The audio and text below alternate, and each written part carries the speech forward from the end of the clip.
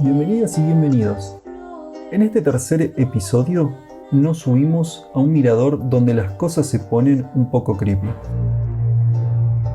¿Qué significa la muerte? Es un tema tabú. Quizá porque desconocemos mucho sobre él. Nos lleva a lugares incómodos y tristes. De hecho, hay todo un universo simbólico que parecería ahuyentarnos. En este día, dedicado a honrar a los seres queridos que ya no están con nosotros, hablamos con la doctora Carolina Massetti, especialista en el campo, para profundizar, explorar nuevas perspectivas y quizás poder echar un poco de luz a tanta oscuridad. En este episodio, llamado El color de la muerte, exploraremos el trabajo que está realizando la becaria Carolina Massetti, licenciada en Comunicación Social y doctora en Comunicación Social por la Facultad de Comunicación, la FCC. Actualmente desarrolla su actividad como becaria postdoctoral en el IESET CONICET-UNC. Su trabajo de investigación tiene como objeto de estudio la producción cultural simbólica sobre los relatos alrededor de la muerte. Bienvenida, Caro, un gusto que estés acá. Una temática particular, pero más que interesante indagar, así que quisiera empezar preguntándote ¿de qué se trata el Día de los Muertos? El Día de los Muertos es una festividad que rinde tributo, agradecimiento y honra a los difuntos. Puntualmente, el Día de Muertos es una festividad sincrética entre la cultura prehispánica y la religión católica, que por las características pluriculturales y pluriétnicas de México ha gestado diversas expresiones populares, las cuales, transmitidas de generación en generación, han incorporado diferentes significados y evocaciones según el pueblo indígena o grupo que las llevan a cabo. Esto acontece tanto en el campo como en la ciudad, es decir, no se trata solo de un fenómeno de ámbitos urbanos, sino también de ámbitos rurales, mestizos e indígenas. Por lo tanto, cada año en diferentes regiones de México, las comunidades celebran el regreso temporal de sus familiares y seres queridos difuntos. Y para agasajarlos, montan vistosos altares con fotografías y distintas ofrendas donde hay comidas y bebidas típicas. Además, estos altares se decoran con flores, velas, mucho color. Incluso se adornan escuelas, oficinas, comercios, cementerios. Es decir, la festividad ocupa espacios íntimos y otros más concurridos del espacio público. ¿Qué cosmovisión o creencia subyace, caracteriza a esta festividad? Subyace la cosmovisión indígena que entiende la festividad del Día de Muertos como el retorno transitorio de las ánimas de los difuntos, quienes regresan a casa, al mundo de los vivos, para convivir con los familiares y para nutrirse del alimento que se les ofrece en los altares dispuestos en su honor. Incluso se recuerda a los muertos con música, bailes y anécdotas, porque de esa forma, según la tradición, sus almas se mantienen vivas. ¿Y cómo se celebra esta festividad? Hay quienes participan de comparsas, desfiles con mariachis, vestidos con trajes y maquillajes de catrinas. Esta imagen, que es una calavera muy colorida que simboliza la muerte y se materializa en distintos soportes durante los festejos, desde artesanías, muñecos, golosinas, decoración en general. Esta manifestación, a su vez, coexiste con otras, como las visitas a los cementerios, donde la familia se reúne para llevar ofrendas y cantos a los muertos.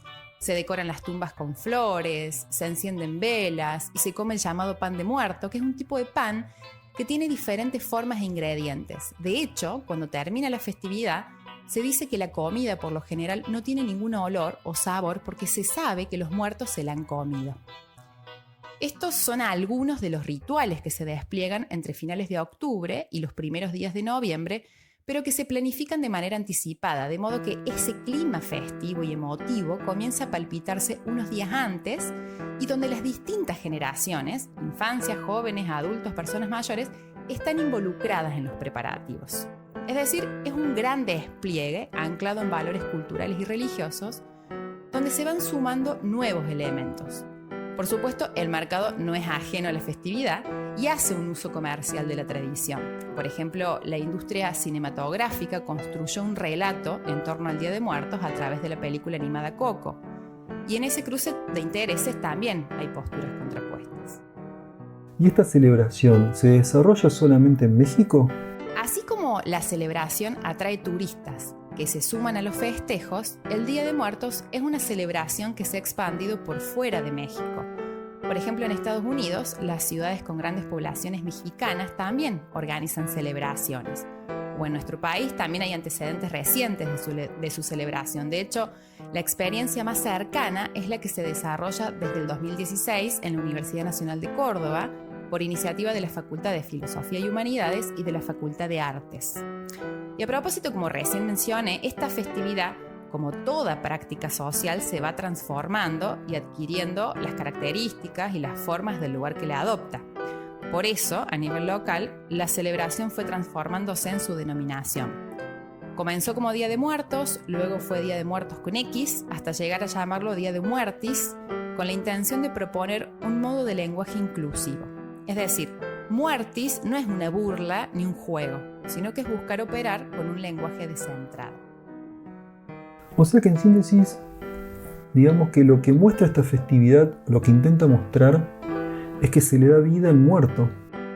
Muy paradójico, pero digamos por lo que vos mencionás, creo que tiene que ver porque se le hace un lugar en la cotidianidad de la vida, ¿no? Claro, exactamente. Como diría una filósofa belga, Vincent Desprez, se le otorga un excedente de existencia, donde los lazos no solo no se cortan, sino que se continúan. Ella dice que hay algunas culturas que ofrecen a sus muertos un plus de existencia, una especie de suplemento biográfico, una prolongación de presencia, pero en el sentido de otra existencia. Es decir, no se trata del vivo que fue, pero tampoco del muerto mudo o inactivo, totalmente ausente, en el que podría convertirse por falta de cuidados o atenciones, sino que es otra cosa. A propósito, ella dice que hay una trampa en la idea de capturar y paralizar en dos categorías: la existencia física o la existencia psíquica. Porque en esa dicotomía solo se les otorga a los muertos dos destinos posibles. Por un lado, el de la inexistencia, o por otro lado, el de las fantasías, creencias o alucinaciones. Por lo tanto, su enfoque trasciende esa dicotomía, porque ese plus de existencia continúa influenciando la vida de los vivos. Pero para que sea posible, eso demanda disponibilidad y un trabajo de instaurar esa existencia, porque los muertos nos piden que los ayudemos a acompañarnos. Y a propósito, en el marco de una investigación que realicé, una mujer cuya madre había muerto hacía unos meses me contaba sobre una práctica que desarrollaba en la intimidad de su casa en torno a la foto de su mamá ubicada en el mueble de su cocina. Ella me decía: yo mamá siempre la saludo y le digo, mamá, ¿querés un mate? Entonces le pongo un matecito y al rato voy a buscarlo. A mí me hace bien porque todas las mañanas yo me levantaba y le daba el mate. Y yo recuerdo que le comenté, vi que al lado de la foto le pones una galletita. Entonces ella me dijo, sí, porque a ella le gustaban las tapitas de alfajores. Entonces yo le ofrezco lo que a ella le gustó. Y este gesto remite a la idea del suplemento biográfico. Es interesante este modo de concebir la relación que tejemos con los muertos, porque por un lado hace pensar en la complejidad de los vínculos y por otro lado en cómo la muerte da lugar a nuevas dinámicas y a su vez nutre diversas prácticas de comunicación con los muertos. De hecho, la autora dice que los muertos convierten a los que quedan en fabricantes de relatos. Y ahí hay algo que se pone en movimiento, que insufla vida. Y esta festividad, el Día de Muertos, expresa justamente todo ese cuidado que se le proporciona al muerto. Por lo tanto, esa instauración de existencia, donde se le otorga un lugar al muerto. Y al darle lugar a los muertos, ¿es una manera de darle lugar a la muerte? Por supuesto, si hablamos de muertos, evocamos a la muerte. A propósito de la muerte, vos la abordaste como un tema de investigación doctoral, ¿no? ¿Sobre qué trabajaste específicamente? Yo estudié los imaginarios acerca de la muerte desde las experiencias de personas mayores. Es decir, me aproximé a las concepciones y significaciones presentes, por un lado, en torno a las creencias espirituales y religiosas, en el anhelo de un tipo de muerte deseada, en sus voluntades acerca de los rituales fúnebres, y por otro lado, en la comunicación sobre la muerte y la comunicación entre vivos y muertos. Estos fueron los principales ejes que abordé. Y mi puerta de entrada fue la comunicación en el marco del doctorado en Ciencias de la Comunicación de la Universidad Nacional de Córdoba. Uno de tus artículos haces referencia al color de la muerte y esto me llamó mucho la atención. ¿A qué alude, digamos, esa pregunta? Como a mí me interesaba explorar las significaciones en torno a la muerte, a partir de entrevistas biográficas, yo hacía distintas preguntas. Entre esos interrogantes solía preguntar, si la muerte tuviera un color o si hubiera que ponerle un color, ¿qué color tendría? O si fuera una imagen, ¿cuál sería? Es decir, fue más bien un estímulo para evocar las imágenes o las nociones que las personas asocian a la muerte, a los fines de conocer sus creencias en sentido amplio. Y por supuesto, las respuestas fueron muy diversas, porque en esa exploración aparecieron tanto significaciones hegemónicas de larga data, asociadas por ejemplo al color blanco, al negro, al celeste, al gris oscuro, como otras significaciones más contemporáneas y peculiares que hacían referencia, por ejemplo, al color violeta, al amarillo o a la coexistencia de todos los colores en figuraciones, por ejemplo, como el arco iris. Es decir, hay un trasfondo comunicacional y discursivo que es fuente de contenidos para la construcción de significados en torno a la muerte, donde cobran presencia las emociones, los saberes, los recuerdos, como así también las dudas y los interrogantes. Y eso evidencia una oscilación entre adhesiones más o menos estrictas a ciertos símbolos e imágenes instituidas y aproximaciones más flexibles e insubordinadas. O sea que, pese a la legitimidad y al peso de los dogmas y fundamentos espirituales religiosos hegemónicos que están incorporados en el acervo personal y o familiar, imponiendo visiones dominantes sobre el modo de entender la muerte, la imaginación deja entrever un proceso creativo donde hay márgenes de maniobra y autonomía. Porque además toda creencia resulta de la combinación de componentes cognitivos, afectivos y de conducta. Y acá hay dos cuestiones que me gustaría destacar a raíz de esta pregunta. Una es que hay un prejuicio generalizado acerca de que las personas mayores son rígidas, testarudas, de que no pueden cambiar su manera de pensar. Sin embargo, yo pude reconocer justamente lo contrario. Es decir, que hay procesos de transformación, de mixturas y recomposiciones de los sistemas de creencias de las personas mayores que otorgan sentido a la finitud de la vida. Y el otro punto, que indefectiblemente se vincula al punto anterior, es que la muerte es una experiencia narrativa, porque la aproximación a su comprensión y la búsqueda de respuestas ante los interrogantes que van irrumpiendo nos estimula a ponerle palabra, de modo que la comunicación es una invitada ineludible. Entonces, dado que haces hincapié en la comunicación, ¿por qué hablar de la muerte? ¿Por qué te parece a vos que es necesario hablar de la muerte? Ese es un interrogante que entiendo puede ofrecer distintas respuestas según las necesidades, motivaciones, ámbitos y momentos que atravesemos y que pueden incentivar o clausurar este tipo de diálogos. Es decir, la muerte interpela de manera diferencial porque está sujeta a la evolución de las percepciones, los saberes, la emocionalidad, las actitudes individuales y colectivas. Y en la vejez, la muerte se hace presente a través del fallecimiento de seres queridos, amigos, familiares, pareja, hijes, haciéndola más próxima, más tangible que en generaciones anteriores. Por lo tanto, esas pérdidas promueven la reflexión en torno a la propia muerte. Uno de los datos que emergió en la investigación fue la alusión a la necesidad de preparación para la muerte. Ese escenario enfrenta a la persona y a su entorno a una serie de desafíos que permitan justamente la posibilidad de preparación. Y acá quiero hacer un paréntesis aclaratorio. Cuando nos referimos al colectivo de las personas mayores, hay que contemplar un grupo heterogéneo, muy heterogéneo. Entonces, por supuesto, no todas las personas mayores sienten y o piensan lo mismo en torno a la muerte, y no todas las personas mayores tienen las mismas necesidades. Es un poco obvio y no tanto lo que estoy diciendo, pero vale la pena aclararlo. A propósito, una mujer a quien entrevisté me comentaba sobre la fijación que su madre tenía en relación a la muerte. Y ella lo expresaba así: Me pone mal muchas veces cuando mi mamá se preocupa y dice: cuando yo me muera, acá está la escritura. Cuando yo me muera, acordate de tal cosa. Basta, basta, le decía ella, ¿no? Ya se verá cuando te mueras.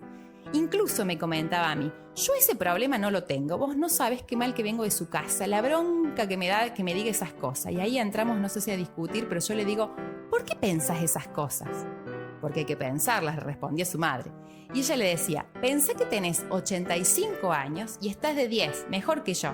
Y me aclaraba: ¿por qué está tan bien mentalmente ella? Está tan lúcida, pero tiene esa fijación de que se va a morir. Que cómo se va a morir, que cuando se muera que la pongan así, que un día la entierren, que otro día mejor que no la cremen porque Dios la va a castigar. Me pone loca cuando empieza a hablar esas cosas porque me parece que es al vicio.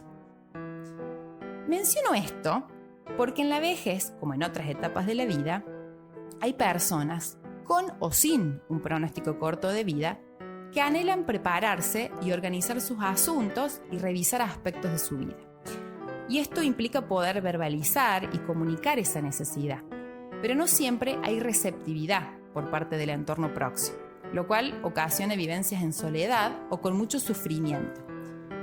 Entonces sucede que cuando hay personas que nombran a la muerte, el entorno se asusta y tienden a asociar esas evocaciones a trastornos de salud mental, porque lamentablemente se suele patologizar esas necesidades. La cuestión es que las personas del entorno se atemorizan o se paralizan porque no saben qué decir al respecto o porque anteponen la palabra por sobre la escucha, aunque sea a través de las típicas frases: mamá, no digas eso no va a pasar, pensá en positivo, etcétera, ¿no? Entre otras. ¿Qué quiero decir con esto? Que para habilitar el diálogo en torno a la muerte hay que habilitar la escucha. Es decir, reconocer y validar esas inquietudes y en consecuencia proporcionar el espacio para que esas conversaciones tengan lugar. O sea, se trata de un hablar sobre la muerte sin eufemismos, para dar espacio a las emociones, los deseos, las preguntas, las dudas, porque el hablar abiertamente sobre la muerte permite validar, problematizar y también enunciar interrogantes en torno a un hecho que forma parte de la vida, porque la muerte es parte de la vida. Y además, en las instancias próximas a la muerte, todo se intensifica, adquiere otra perspectiva, se modifican las prioridades. De hecho, como dice Peca Soriano, médico cordobés especialista en bioética y muerte digna, en los momentos de final de vida es muy difícil convertirnos en expertos en temas que jamás se pensaron. Por eso es fundamental habilitar esos diálogos de manera anticipada, para tener tiempo para revisar y tomar decisiones de manera autónoma, porque el desconocimiento socava la autonomía. También sucede que hay gente dispuesta a hablar, pero que no quiere hacerlo con sus familiares o que se sienten que no tienen el espacio de intimidad o confianza, ¿no? Ah, sí, por supuesto. En ese caso, quizás una alternativa sea buscar espacios o personas por fuera del propio entorno que puedan acompañarlas en ese proceso. Inclusive el entorno, al reconocer esa necesidad, puede colaborar en la búsqueda de canales alternativos porque existen diversos dispositivos que permiten profundizar en torno a los asuntos de fin de vida, la muerte, los duelos. Por ejemplo, hay instancias terapéuticas, grupos de apoyo, arte terapia, talleres de escritura y duelo, acompañamiento en fin de vida, la iniciativa del Café de la Muerte. Es decir, hay un abanico muy variado de opciones que invitan a profundizar en estos temas. En relación a esto que estabas mencionando antes, me gustaría también que nos comentes en qué consiste los cafés de la muerte.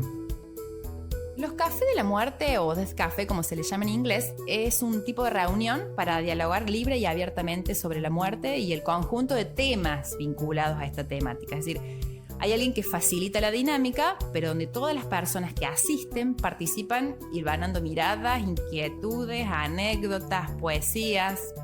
No es un grupo terapéutico, pese a que algún participante puede estar transitando algún duelo. Esta iniciativa la creó un sociólogo suizo, Bernard Cretas, y él la denominó Café Mortels, en francés, porque se juntaban en bares para compartir un café y hablar sobre la muerte. Y luego la idea la retomó un inglés, John Underwood, y se convirtió en un movimiento a nivel mundial que hoy es promovido por organizaciones sociales, ciudadanos y grupos comprometidos con las temáticas acerca del final de la vida. Por ejemplo, en Argentina, la Asociación Civil El Faro fue la primera en adherir a esta iniciativa y en la actualidad facilita Café de la Muerte en su modalidad virtual todos los meses.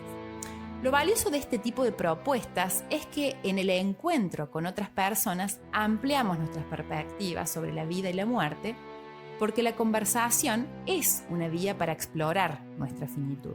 Recién mencionaste el duelo, que es una palabra muy cercana a la muerte. ¿Hay algún proceso que nos ayude a aliviar esa instancia que es tan difícil? Vos sabés que el duelo proviene de dolus, que significa dolor. Y el duelo es el proceso de contacto con el dolor. El asunto es que en nuestra cultura hay una tendencia a anestesiar el dolor, e incluso ciertas emociones como el miedo, la tristeza o el enojo tienen mala prensa o son consideradas negativas, y eso se traduce en una actitud de evitación o de huida. Si bien yo no soy especialista en duelo, puedo contar que quienes trabajan en esta área mencionan que prima una visión negativa del duelo porque está asociado a la muerte. Sin embargo, los duelos son momentos de transición y adaptación que suceden después de distintas pérdidas. Es decir, la muerte puede ser una de esas pérdidas. O sea que el duelo es una reacción adaptativa, normal y esperable porque es una profunda crisis vital. A propósito, Elizabeth Kubler-Ross, que fue una médica pionera en asuntos de la muerte y los cuidados paliativos, decía que las pequeñas pérdidas nos van preparando para las grandes pérdidas. Por eso, el aprender a elaborar las pérdidas y asimilar el cambio es un factor protector en sí mismo para cuando toque afrontar las grandes pérdidas de la vida. Y eso se vincula a lo que varios especialistas en gerontología afirman que los procesos psíquicos de apertura al cambio, la capacidad de autoindagación, el autocuidado y el trabajo anticipado respecto al envejecimiento y la finitud son factores protectores que hacen a una identidad flexible. Por lo tanto, no solo no es condición ser una persona vieja o tener un diagnóstico para explorar la propia condición de finitud, sino que la recomendación de los especialistas es anticiparse a lo inevitable. Y ese gesto de disponibilidad exige poner el tema de la muerte en agenda. ¿Por qué los símbolos que la representan tienen una connotación tan negativa en la cultura occidental? Por ejemplo, está la figura de la parca, la calavera, los cuervos, etc. Este es un súper interrogante, te diría, para los especialistas en semiótica, porque dispara hacia varias direcciones. Lo que yo puedo mencionar es que los símbolos son convenciones y estas imágenes que vos estás evocando tienen distintos orígenes y son configuradas a partir de pensamientos o cosmovisiones de la cultura donde emergen, donde circulan, se apropian y se transforman. A su vez, las imágenes son polisémicas, es decir, no solo no tienen un sentido unívoco o estándar, sino que en general los vínculos que los símbolos establecen con el contexto no agotan todas las posibilidades de significación. Además, el sentido de las imágenes está en el relato que se construye en torno a esas imágenes. Y los relatos posibles son diversos. Ahora, en términos muy sintéticos, ¿no? Habría que pensar qué relatos están presentes en la cultura occidental. Podríamos vincularlos a esta idea de que las personas, en general, estamos muy alejadas de la naturalidad de la muerte, porque nos atraviesan imperativos, mandatos, que nos impiden vivir con conciencia de finitud. Por ejemplo, ante la instalación hegemónica que pone el valor en la juventud y en la belleza asociada solo a la juventud, la vejez y la muerte no solo no aparecen en ese horizonte, sino que los esfuerzos buscan anegarlas y ocultarlas. Incluso te diría que a raíz de los cambios demográficos, epidemiológicos y de los avances de la medicina, el morir está bastante alejado del ámbito doméstico. Muchas veces se trata de un fenómeno hospitalario altamente medicalizado. O también podríamos mencionar en materia de rituales fúnebres, sobre todo en ámbitos urbanos, donde estos rituales se van acotando en tiempo y espacio. En este sentido digo que la muerte está alejada. De hecho, cuando acontece una muerte cercana y mucho más si es inesperada, en lo inmediato suele provocar un impacto muy grande, un shock que sorprende, aparece como una sensación de extrañeza. Además de que psíquicamente nos cuesta digerir la idea de que hoy estoy con vos y mañana puedo no estar más, es decir, puedo estar muerto. Y para quienes tenemos una mirada más temerosa o más negativa de la muerte, ¿qué podríamos hacer para cambiar esa mirada o tener otro tipo de relación con la muerte? ¿Considerás que se podría modificar? La muerte es ineludible. Eso no se puede cambiar porque es parte de nuestra condición humana. El asunto es cómo nos vinculamos con la muerte. En ese sentido, considero que sí es posible resignificar nuestro vínculo con la muerte, porque conozco distintas iniciativas comprometidas con esa misión. Te diría que en términos amplios, la tarea consiste en integrar la muerte a la vida. Eso supone una tarea individual y colectiva, a su vez es una tarea que abarca diferentes ámbitos, es decir, el ámbito familiar, educativo, médico, sanitario, comunicacional, periodístico, entre muchísimos otros. Y es una apuesta a largo plazo, porque los cambios culturales no son inmediatos. De hecho, y volviendo al inicio de la conversación, la festividad del Día de los Muertos y los diferentes rituales que ahí se despliegan son una manera de integrar la muerte a la vida. O incluso esto que estamos haciendo ahora, conversando y poniendo la muerte como tema de conversación, es una forma, entre otras, de hacerle lugar, de integrarla, es decir, de hablar, de bucear en torno a estas nociones que tienen que ver con el final de la vida. Y a propósito, y esto, entre otras cosas, lo aprendí de una maestra a quien admiro profundamente, que se llama Viviana Vilesker. Ella es una gran referente de la tanatología en Argentina. Ella dice que las personas no estamos acostumbradas a pensar en los finales y que deberíamos aprender a integrar los opuestos para contemplar que lo que empieza, termina, lo que nace, muere, y la naturaleza es un escenario propicio para identificar estos procesos que dan cuenta de la polaridad, pero no solo para detenernos ahí, sino para integrar esos opuestos.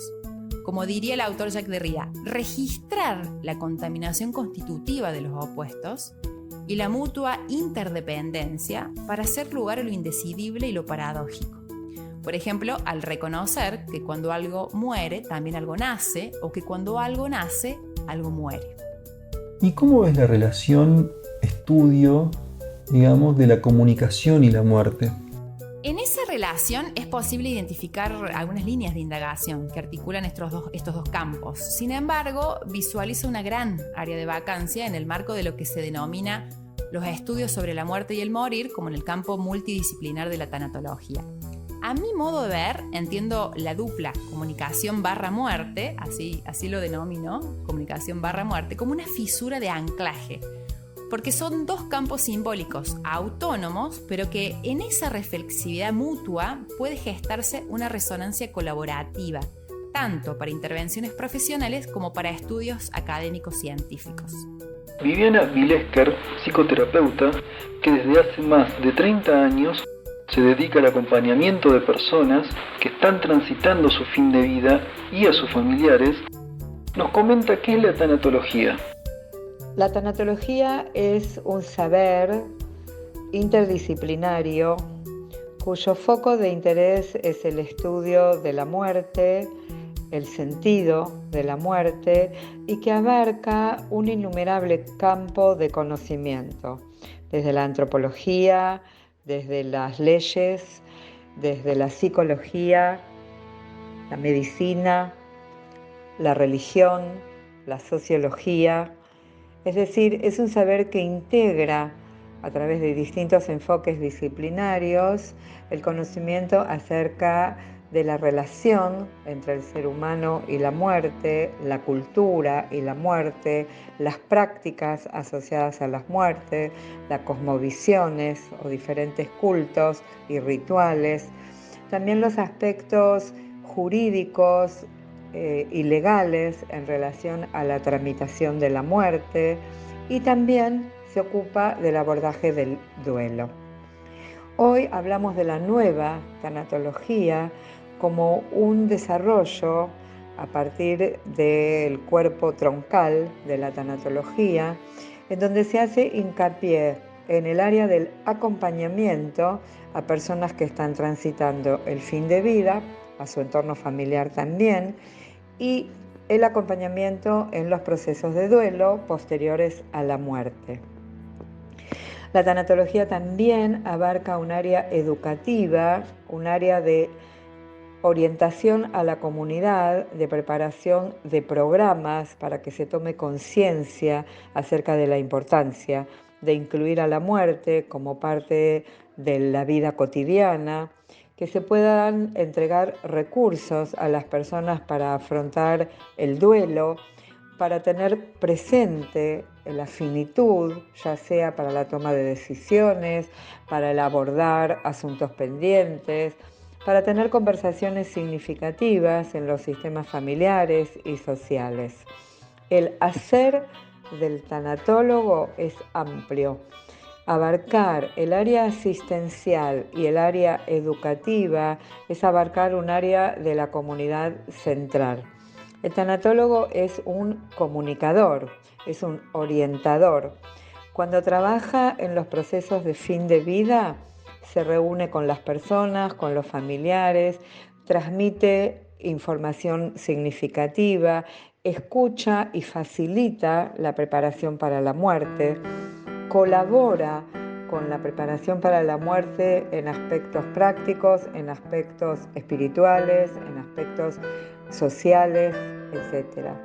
Y cuando ejerce su oficio, su actividad en el área educativa, es un comunicador acerca de la importancia de que el tema muerte, el tema fin de vida, el tema dolor y sufrimiento, el tema vejez y proceso de envejecimiento, estén presentes en el camino de la vida, en programas educativos, en programas comunitarios, para que la comunidad y la cultura completa se eduque en el arte de acompañar, en el arte de prepararse y en una comunicación saludable.